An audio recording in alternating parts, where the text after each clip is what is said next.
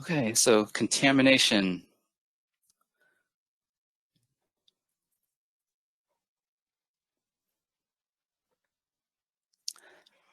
Okay, so to start with contamination, the Florida statutes says that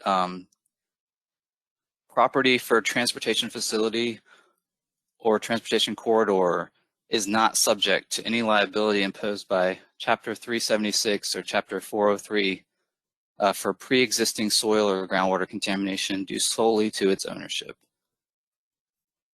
However, we would be liable for the results of its actions if we create or exacerbate a pollution source. So the underlying text is kind of what's important. So Chapter 376 and Chapter 403 are, kind of the contamination enforcement chapters. So when we're talking about contamination, I like to think about exposure pathways. So this is how the cleanup target levels, how you know something that is contaminated. They'll come up with a concentration for a media like soil or water, groundwater. So these cleanup target levels are based off of the assumptions that they make for direct exposure and for drinking or how much groundwater somebody's drinking. They can calculate how much of a dose you could have every day from drinking the same water or from being exposed to the same soil. So in this example, there's a source of some drums, and most of the time it's a like an underground storage tank for petroleum. And this looks like it might be petroleum because it's floating on the surface of the water.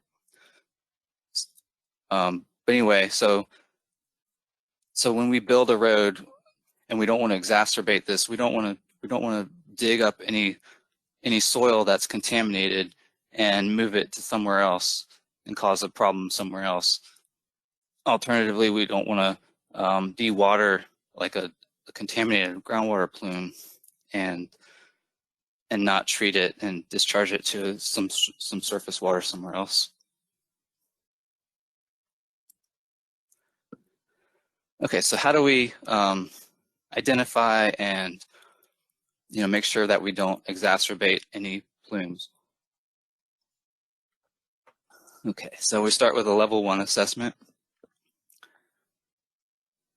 So the level 1 assessment is like a records review, desktop review. You could also have a field, just like a drive, like a site reconnaissance. No, we don't actually go and do any soil sampling or anything during the level 1. And you might look for photographic documentation. And then we're going to rate the potential contamination risk for each site that we find. And the ratings are no, low, medium, or high. Okay, so desktop review will review available regulatory records, including online or in-person file reviews. And we document documentation of current and historical uses. So we'll look for those documents like environmental data reports, permit information, regulatory database files, historical address information, historical aerial photos, and sandborne maps. So the field review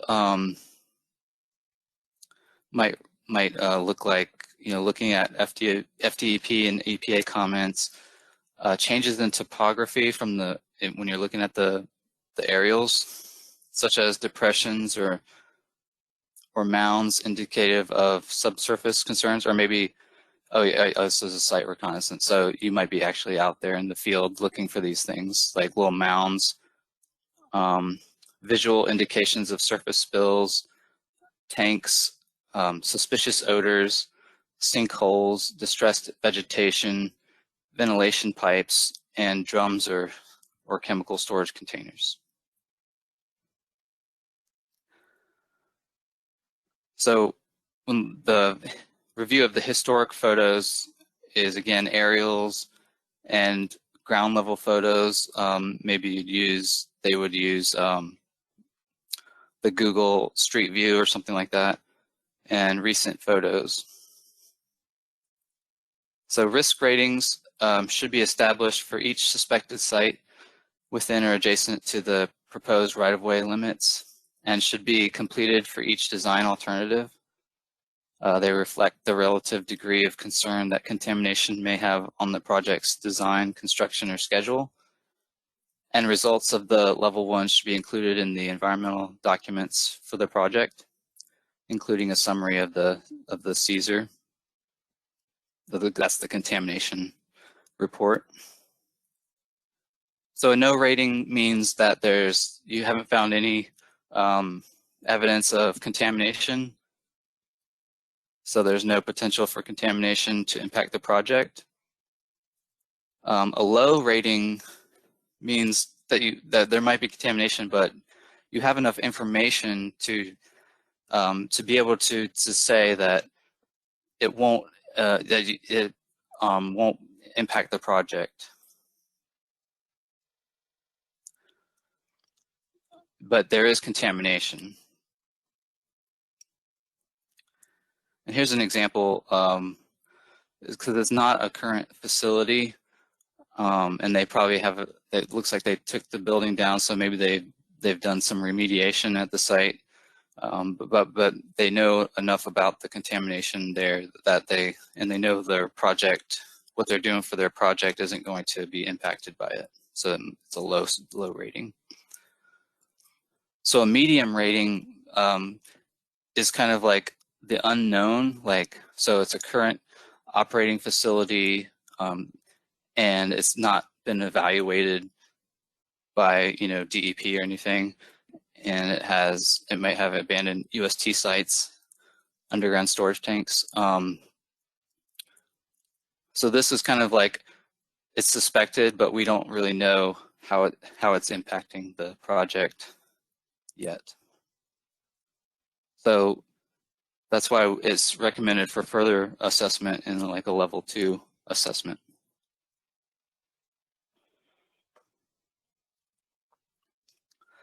So here's an example of that. It's an operating facility, and it's very possible that there could be contamination. We don't know the extent of any contamination. And a high rating is that there's a reasonable potential for contamination impacts during construction based on the information and the design plans. And this should also be recommended for further assessment in the level 2. And here's an example of a high rated site.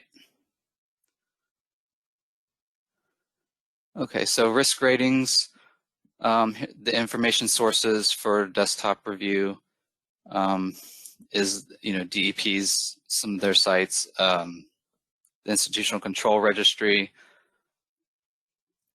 will show you some sites that they've closed, but they've left contamination in place there.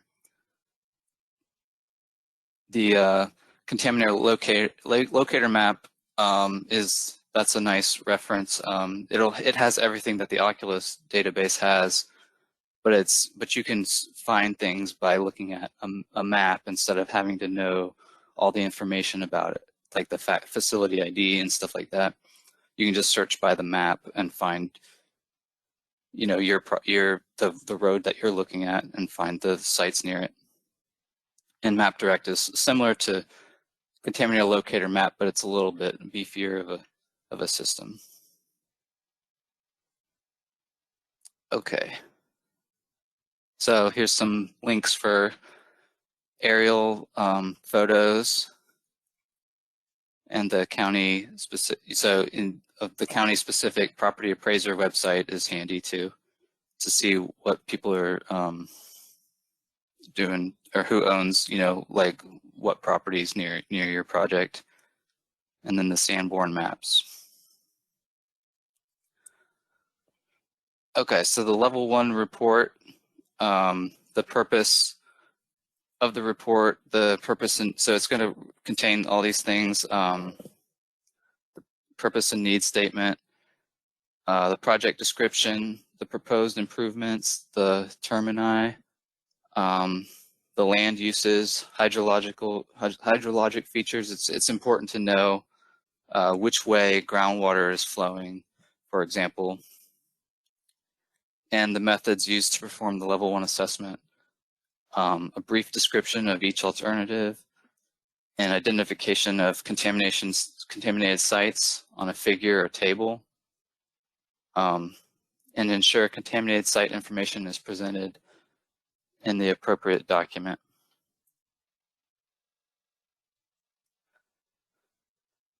So it should include a table that summarizes our findings, the contamination concerns, the contamination rating, and the distance from the right-of-way, and then any other information on each property that's adjacent to the project area.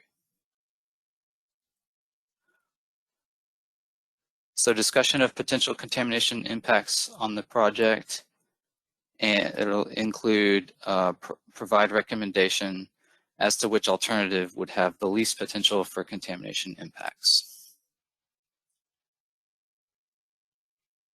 And the figures in the level 1 report will include the project location map, the land use map, and a detailed map showing all the potential contamination sites with low, medium, or high ratings.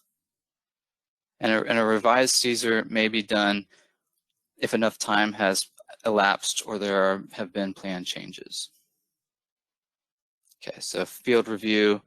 Here's just some of the things that they look for when they do a field review. The canopy, vents, dispensers, and disturbed asphalt or concrete. Maybe monitoring wells, maybe car repair bays, concrete patches. Here's a better picture of a monitoring well right on the right-of-way. And these will, if you're widening on here, then you'd have to properly abandon these monitoring wells. And here's a fuel dispenser, broken asphalt near a dispenser is a problem, because then if there's a leak, or if there's a spill on the surface, it'll go down through the asphalt.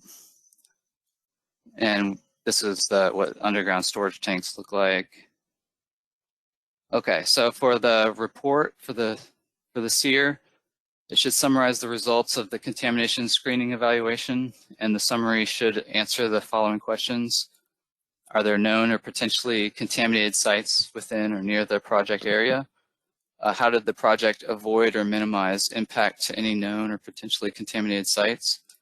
And are there sites that require additional investigation? So that's your medium and high rank sites would need to be listed in that part of the report. And we upload the CSER or technical memorandum as appropriate in SWEP.